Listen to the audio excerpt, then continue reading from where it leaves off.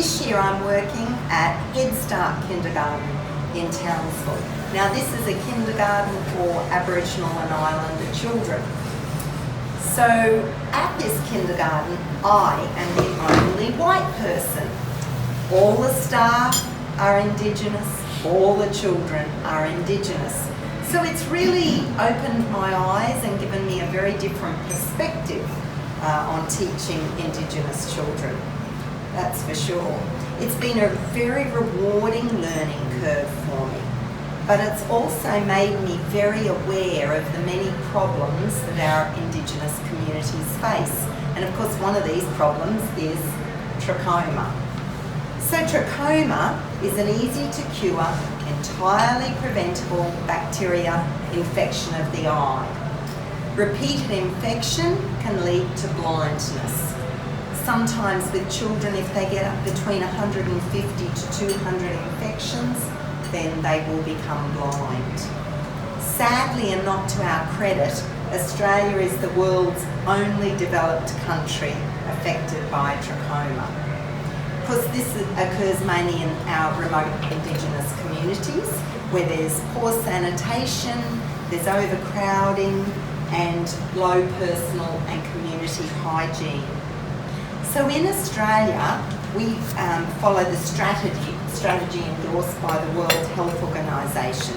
So surgery treats the inturned eyelashes and lids, antibiotics treat and prevent active infection, facial cleanliness prevents disease transmission, and environmental change increases access to water and sanitation.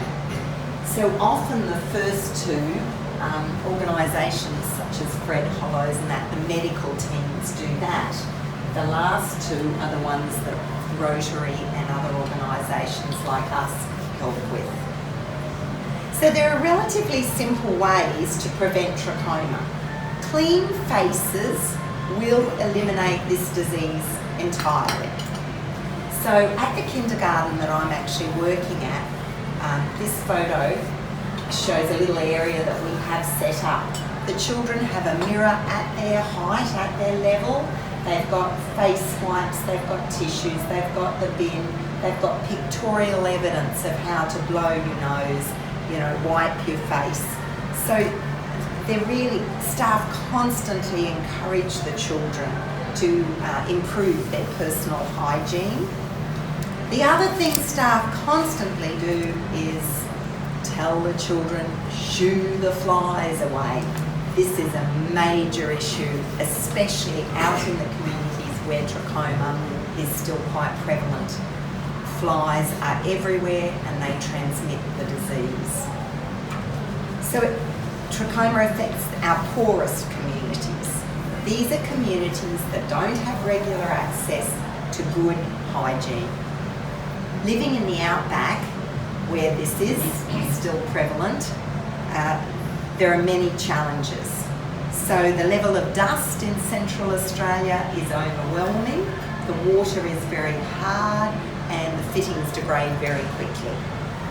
Now for my project, I would like District 9550 to provide funding to improve access to hand and face washing facilities in Titchikala in Northern Territory by adding water troughs to already existing community structures.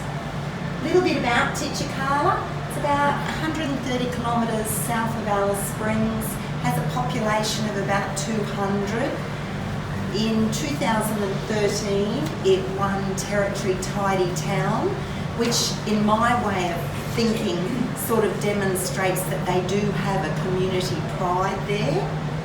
Now the health clinic, community store, aged care centre and other community services, I think the sports club was one, will become involved in helping to maintain this infrastructure once it's in, and also in the education and understanding to the adults and children about what it means to be clean, which is really important to have that from their level, not ours. So everyone living in and visiting Titchikala will then hopefully have ready access to sanitation facilities. This is a collaborative project between Australian Trachoma Alliance, Indigenous Eye Health, Centre for Disease Control in the Northern Territory, and Northern Territory Environmental Health, and Rotary. So, in my mind, that represents a very strong consultation that has already taken place in order for us to get to this funding stage.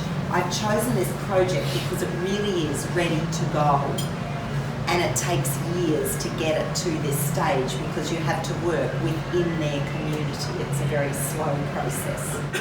The amount of money I would like to raise is $20,000. So a crowdfunding campaign has been launched on social media, but donations can also be made directly to the district account. And hopefully then, with your help, we can work towards eradicating this painful disease. Thank you for your time.